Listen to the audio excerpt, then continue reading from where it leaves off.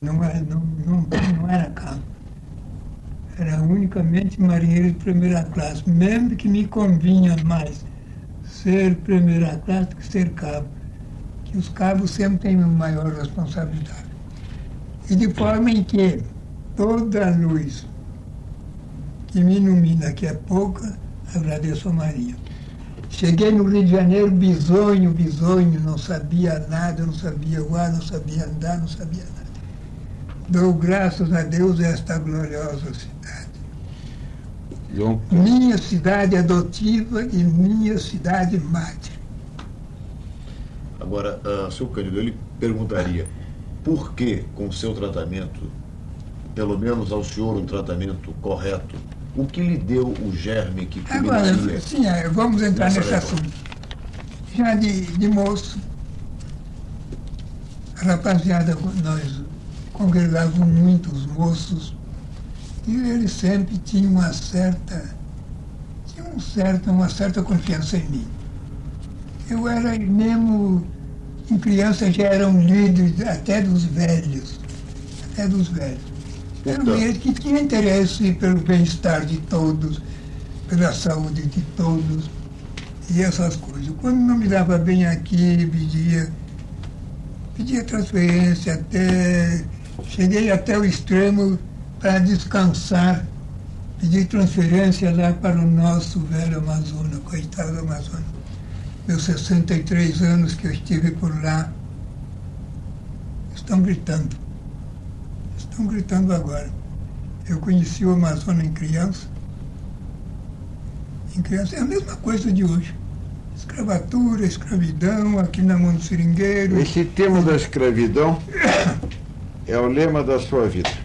Você foi um homem marcado pelo destino para realizar um papel. E você teve a felicidade de, no dado momento, você ter cumprido aquilo que o destino queria de você.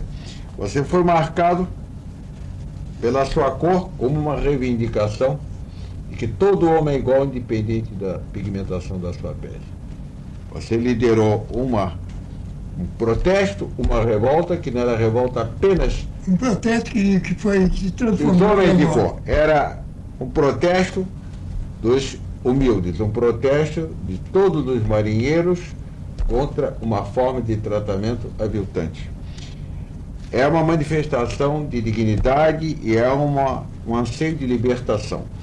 Então, este anseio que permanece até hoje, que ainda agora mesmo você fala na sua lembrança do Amazonas, reconhecendo que esse anseio de libertação permanece em todos os homens e que sempre que há uma condição de humilhação, de escravidão, deve haver um protesto. Você diz que hoje faria o mesmo protesto. Através da sua vida... Vai me dar um pouquinho? Eu estive no Amazonas... Eu estive no Amazonas em um ponto que a menos de 100 metros eu vi quando passara um chefe de Estado sul-americano prisioneiro das tropas dos patriotas de Plástico de Castro. Sabe quem? General Pando, presidente da Bolívia. Tomaram conta das trevas amazônicas e ele, como viu que o exército dele estava tendo desvantagem, deixaram a presidência da Bolívia e ela assumir o comando do exército dele nas trevas acrianas e caíram também em poder dos voluntários de Plástico de Castro, o gaúcho, alegretense o gaúcho. Eu vi quando ele passou no navio Gaiola, prisioneiro dos patriotas de Plástico de Castro, na chamada Boca do Acre. Era ponto estratégico.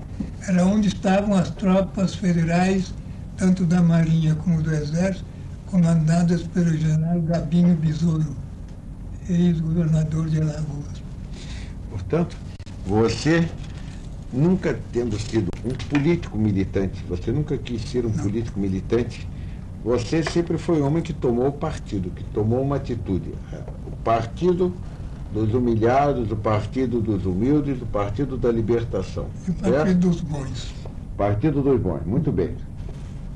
Agora eu pergunto, nesse período Do seu desligamento para a Marinha, de 1912 até agora, o Brasil passou por várias crises políticas, teve vários movimentos, sem querer fazer uma apreciação política, mas apenas definindo a sua conduta como um homem que tem um lugar na história do Brasil. Nesses períodos todos, você como considerou ou como se portou em face desses movimentos sucessivos? Vamos dizer, 22, 24, 30, 32, 37, 38, 45, 54, até os dias de hoje. Aqueles primeiros movimentos, 22 e 24, naqueles eu tenho pouca prática. Porém, esse movimento dos marinheiros, os marinheiros me consultaram. Eu avisei a eles que eles iam cair do galho, que a ocasião era importuna. Refere-se a 38? Estes agora, dos marinheiros, de 64, eu avisei a eles, vocês vão cair no galho. Nunca me pediram opinião, porém eu que já sabia de tudo, avisei a eles. De fato. Entusiasmaram-se demais. E agora esse militar, desculpem as minhas expressões. Eu sei que os paisanos vão ficar zangados comigo. Foram um movimento de salvação pública. Na minha opinião. Não sei se alguém vai discordar de mim. Este agora, os militares, foi um movimento de salvação pública, porque eles estão trabalhando. Os militares estão trabalhando bem e também estão rodeados de boas equipes. Eles estão trabalhando, se não fizerem tudo, farão o que puderem. E nós, os paisanos, já devíamos ter feito o que eles pretendem fazerem agora. Esse movimento cedo e bem-vindo. Foi um movimento de salvação pública. Embora eu com prejuízo ou sem prejuízo, essas coisas, porque eu pouco interesso. Não se me davam nada, não se me dão nada. Eu não sou simpático a fulano, essas coisas. Eu quero ver um Brasil bom, grande, forte, defendendo os seus, dando fartura aos seus, sem precisar de pedir trigo lá na Rússia, na Argentina, nesses lugares, que nós temos capacidade para tudo isso.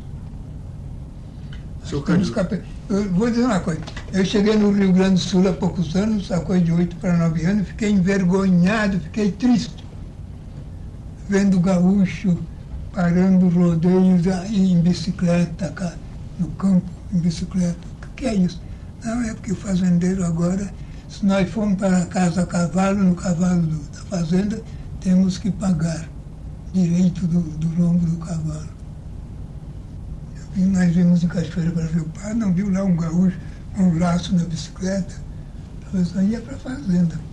Fiquei triste quando cheguei no Rio Grande do Sul, encontrei a cidade de Cachoeira, uma cidade rica dos antigos Leal Santo, cidade pobre, o povo no meio da rua, impondo na porta da prefeitura pedindo comida. Cachoeira foi uma cidade rica, rica mesmo na expressão da palavra. Aquelas indústrias Leal Santos, hein? Foram as primeiras indústrias do sul do país. Agora, Rio Pardo, o Porto Alegre cresceu. Rio Pardo também, cidade de centro, de fronteira, cresceu um pouquinho. Seu Cândido, eu quero insistir, se me dá licença, pois não. No início, aquilo que determinou a sua revolta. É uma pergunta que eu lhe fiz e que não foi muito respondida.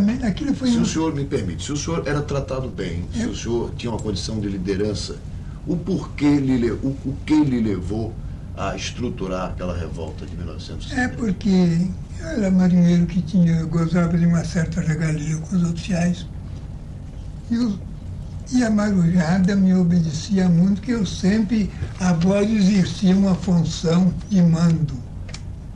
Existia uma função de mando e os demais marinheiros sempre queriam estar junto a mim, essas coisas, e havia oficiais mesmo que tinham contato direto comigo.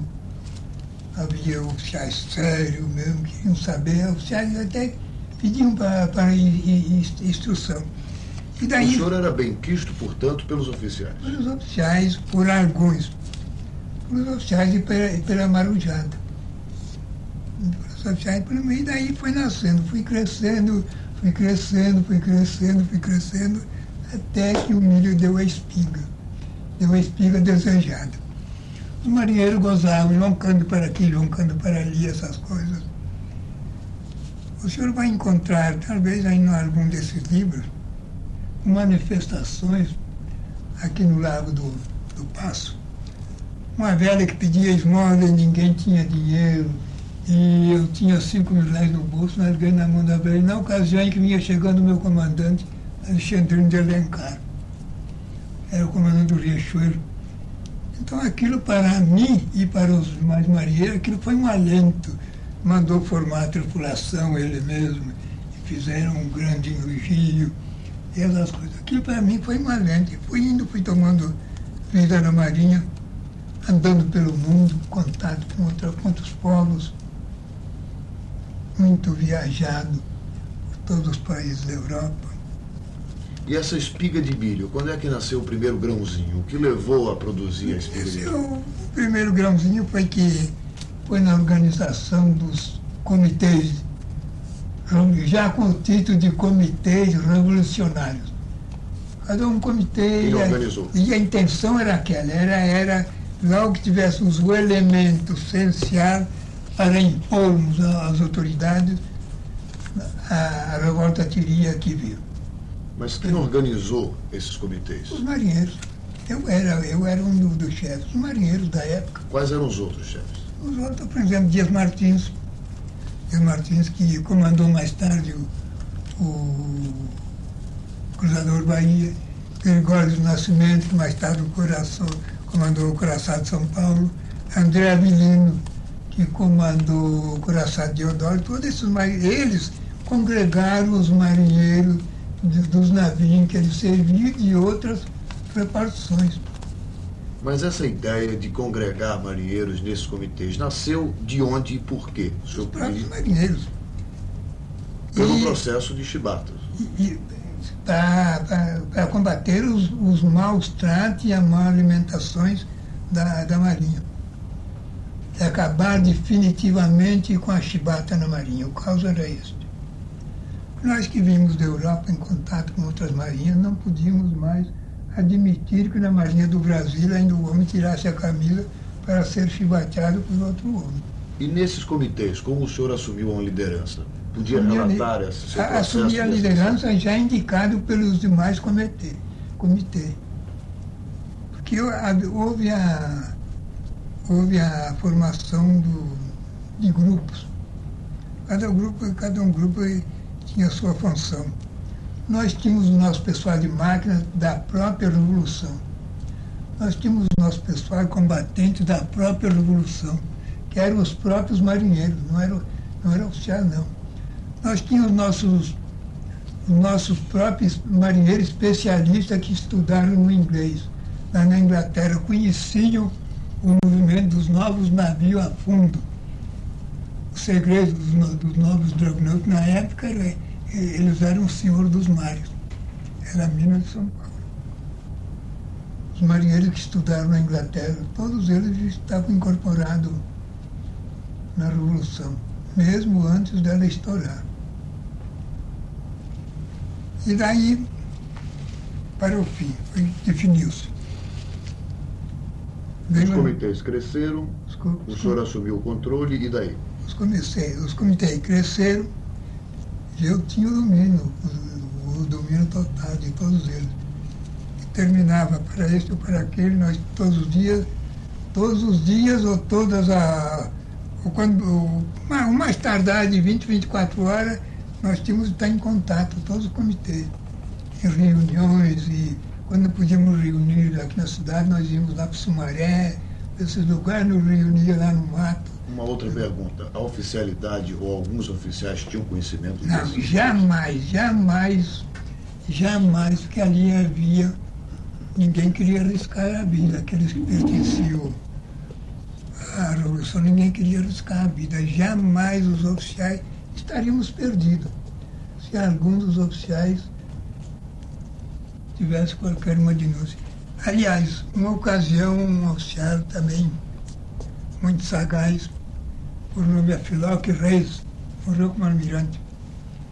Me chamaram e me disseram: João Cândido, vem cá, eu hoje estou de serviço. Logo de noite você vai lá no alojamento, nós vamos conversar um bocado. À noite eu fui lá, comandante, você está aí.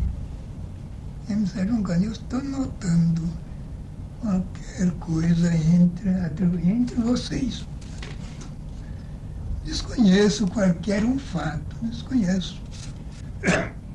Tanto que os marinheiros estão em grupinhos, em conversa, quando se aproximam superiores, eles debandam, estou notando qualquer coisa. Eu digo: não, eu desconheço tudo que haja de anormal a bordo. Ele tinha confiança. E de forma em que, depois da revolta, eu me encontrei com ele porque ele assumiu o comando do batalhão naval, e o batalhão naval, os marinheiros estavam subordinados ao batalhão naval. Aliás, ele me disse: João Cândido, eu não te disse uma ocasião na bordo, eu não te avisei. Ele notara em uma das torres do Minas Gerais, é muito sagaz, notara uma digitar em uma torre do Minas Gerais. Ele disse: eu notei qualquer coisa na torre de Ré. Eu não pertenço às torres, não desconheço. Ele notara. Se os oficiais têm mesmo conhecimento antes, nós estávamos perdidos. Nós escapávamos. Mas, como diga, ficaremos com a Amazônia ou não? Devemos ficar. Devemos. Precisamos ficar. Precisamos ficar. Se houverem homens como você. Precisamos ficar. Eu lá estarei, se for possível. Você provou que quando um homem quer, quando esse homem se multiplica por 2.000, nada pode vencê-lo. A Amazônia hoje está pior. Eu estive em um local no Amazonas em uma missão militar de demarcação, sob a chefia de um coronel do Exército, oficial muito distinto, Coronel Siqueira de Menezes, depois general, marechal, governador de Sergipe. Siqueira de Menezes. Nas fronteiras de um país, eu não vou dizer, deixa para lá. E do lado brasileiro tinha um marco com uma folha de Flandres, República dos Estados Unidos do Brasil, em novembro de 1889. Do outro lado do nosso vizinho, um forte, uma caça-mata, conheço o que é as caça-mata. 4 canhões, e dizia um marco com a folha de Flandres também dizia: por la razione ou por la força. Do lado brasileiro, República dos Estados do Brasil, a 150 metros, nosso vizinho dizia: por la razão, por la força. 4 canhões apontando ainda para o lado brasileiro. Certamente era no Peru, fronteira do Peru. O Coronel Siqueira de Menezes encontrou aqueles homens lá abandonados lá há 2 anos, sem contato nenhum com o mundo. Trouxe a maioria deles doentes para Manaus, deixou em Manaus, para de Manaus eles viessem para o Rio, e daqui do Rio fossem transportados lá pelo Pacífico para a nação deles, o Peru. Coronel Siqueira de Menezes, doutor deve certamente, quem duvidar os arquivos do Exército dizem, devem de dizer que os da Marinha são negativos. João Cândido nunca existiu na Marinha. Sobre isso, é verdade? nos arquivos da Marinha, interessante, nos arquivos da Marinha não consta absolutamente o nome de João Cândido, como se ele não tivesse existido? Foi sonegado. Foi sonegado mesmo. Mas pelo fato de sua exclusão ou por um outro fato? Pelo fato de haver tomado a posição em que tomaram na revolta, pelo ódio. Muitos oficiais da Marinha não conseguiram comandar o Minas Gerais e eu tive o sobejo poder de dominá-lo, fazer o que eles jamais fariam aí na Bahia do Rio de Janeiro. Quando eu recebi o ofício, o escrito, que Júlio de Medeiros me entregaram a bordo do Minas Gerais, que a esquadra seria atacada pelo governo. Eu não dei resposta a Júlio de Medeiros. Preparei meus navios, me fiz ao mar. E de lá passei um radiograma para o governo, avisando que os navios estavam a 30 milhas da costa do Rio de Janeiro, esperando o ataque do governo, porque lá naquela altura nós brincávamos melhor. Esperei lá 24 horas, não apareceu ninguém, retornei à Bahia do Rio de Janeiro e vim me abastecer. Umas 3 ou 4 vezes vim aqui me abastecer, quando chegava a tardezinha, me fazia o mar para descansar as tripulações. E abastecia sem maior dificuldade? Sem maior dificuldade, a gente timava o Acre, o Wilson, mandem tantas toneladas de carvão, tantos quilos de carne, tantos quilos de verdura. O governo parece que teve dificuldade em preparar os destroyers, talvez não confiasse na tripulação de Marujá. O governo teve, o que faltou foi bom senso, foi coragem.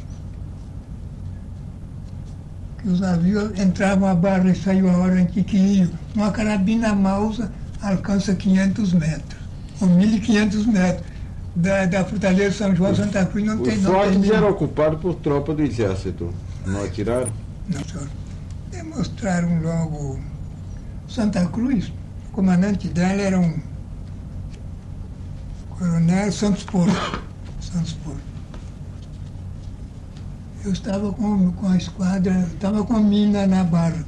Eles vieram em uma noite em Santa Cruz, do arsenal de guerra, e me pediram: João Cândido, nós recebemos ordem do governo para atacar os navios. Mas nós não temos condições para atacar o coronel Santos Porto, já muito conhecido no exército. E trazia uma senhora ainda com parto recente na lancha.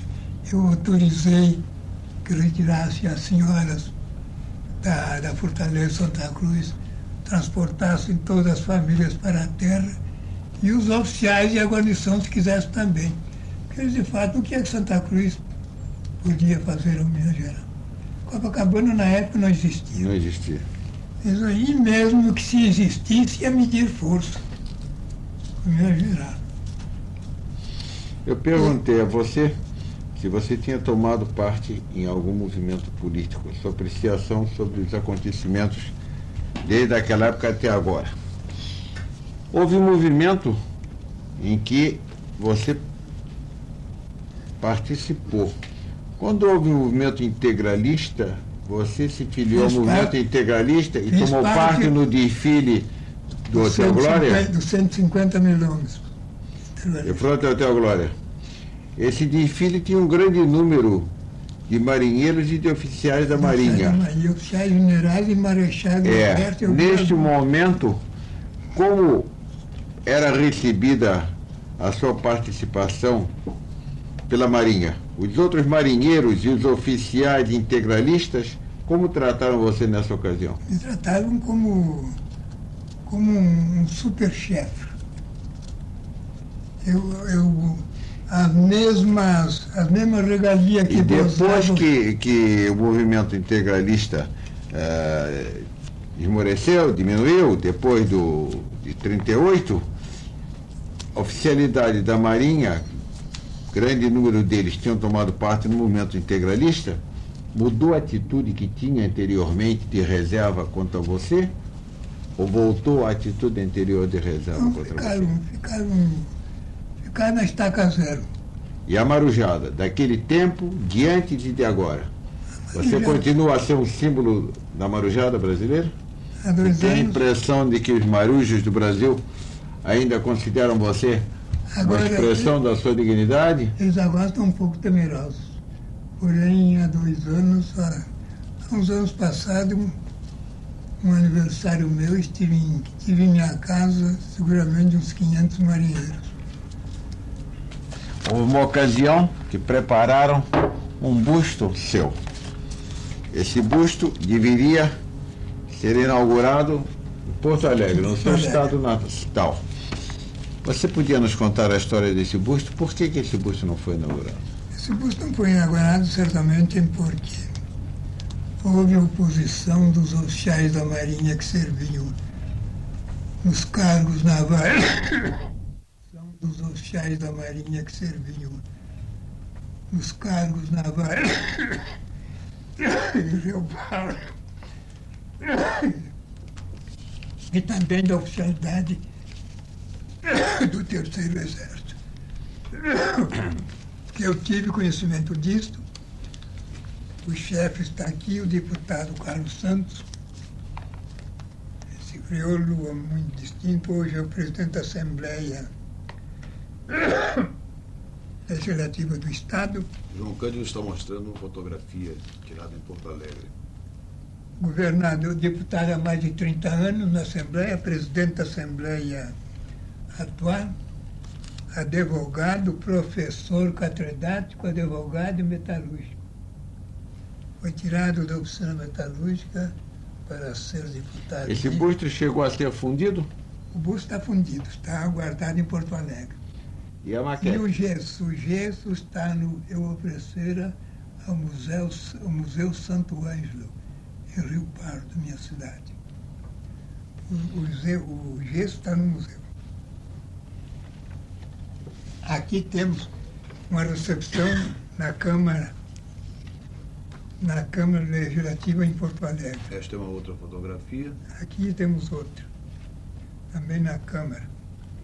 Houve uma sessão nessa Câmara em que você foi homenageado. Homenageado, uma sessão extraordinária, para que fosse recebido o grande visitante, o herói gaúcho.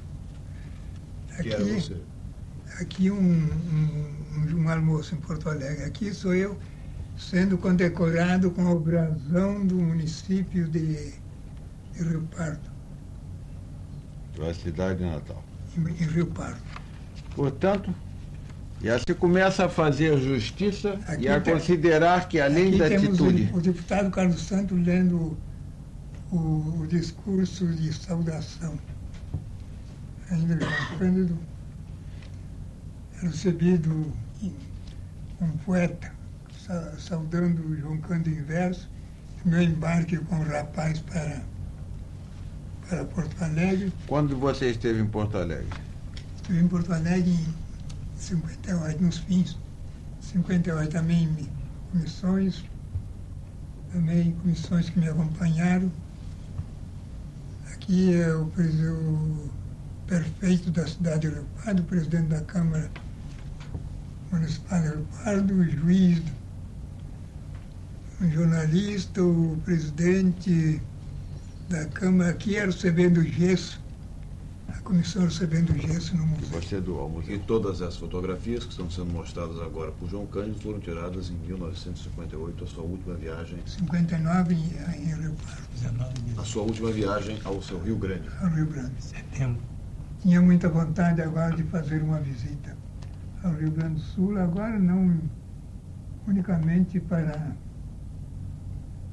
ver se dava um jeitinho nessa pensão, que eu não sei se ainda alcançarei o ano que vem, mas tem a mulher que precisa de comer. A sua mulher ainda é viva? É viva, é viva. Com quantos anos? E a moça, 66 anos. A mãe de todos os seus filhos? Não, esta é a quarta. Ah, bom. Esta é a quarta e já está com... Esta é a quarta e está com 66 anos e este é o caçula da família, está com 30.